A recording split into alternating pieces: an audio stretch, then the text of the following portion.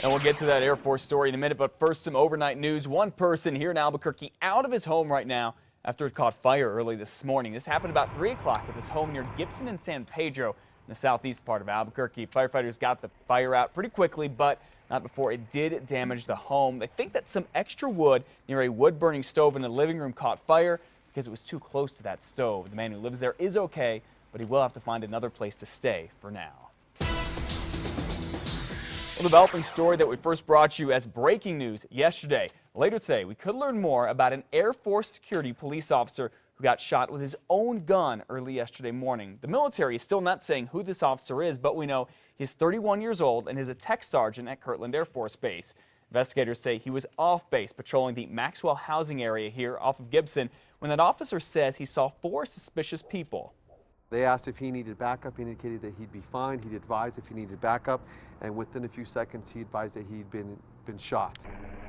Afterward, investigators found out that he was shot with his own gun. They also saw he was shot in the stomach. That man was rushed to the hospital. He had surgery and will recover.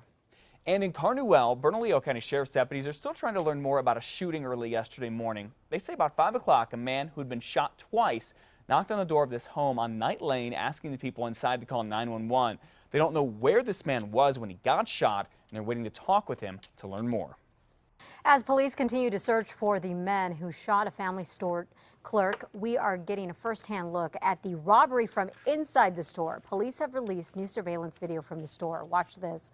It shows them walk into the store off of Gibson Southeast wearing hoodies. This was on Tuesday. Cops say they then rushed the 22-year-old clerk demanding cash. The clerk was new to the job and couldn't open the register quick enough. Police say one of the robbers shoots him in the leg, and in the video you can see a female customer run out of the store at the same time. After the suspects leave, the clerk manages to get up and call 911. He is okay now and out of the hospital. Police are still looking for those 2 suspects.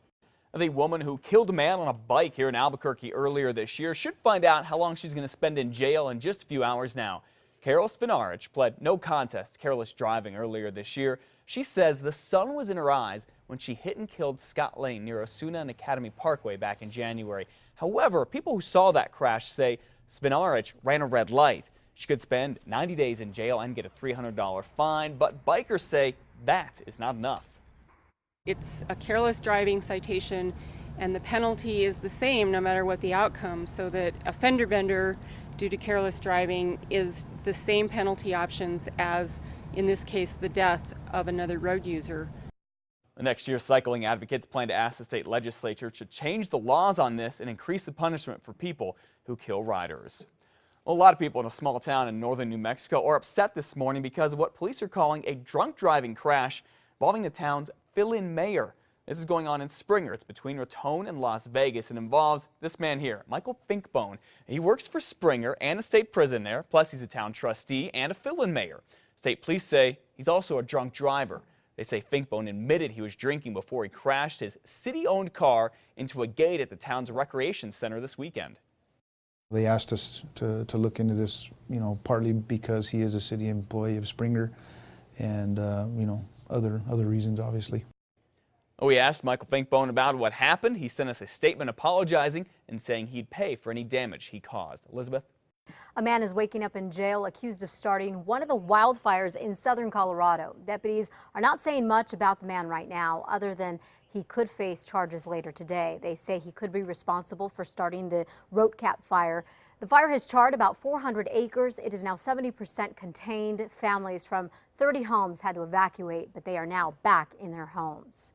Back here in New Mexico, firefighters still haven't gotten any of the midnight fire near Red River contained. It started Tuesday in the Carson National Forest and has already burned about 430 acres. Because of this, 2 campgrounds in the Valle Vidal had been evacuated voluntarily. Now, the good news is that this fire is moving away from Red River. Now, all of these fires have prompted a warning from the U.S. Forest Service. They say the lack of moisture, warm air, I should say, and high winds have dried out the grass and brush in many areas, making them perfect to fuel the wildfires. With elk season now underway, rangers are urging everyone to be extremely careful. It looks like the problems with Santa Fe's Graffiti Hotline are finally fixed because recently, if you called it, this is all you heard. At the tone, please record your message. The way the hotline is set up, it's assigned to an individual that works within the police department, and she is tasked with a multiple variety of tasks on a regular basis. Well, in the past, that worker was basically too busy to answer the phone, but did check the messages and pass them on to the Parks Department, which sends out workers to go clean up the graffiti. Well, police are now going to make sure that someone answers every call. It's especially important right now because police have seen a lot more graffiti in the last month in Santa Fe, but they don't know exactly why.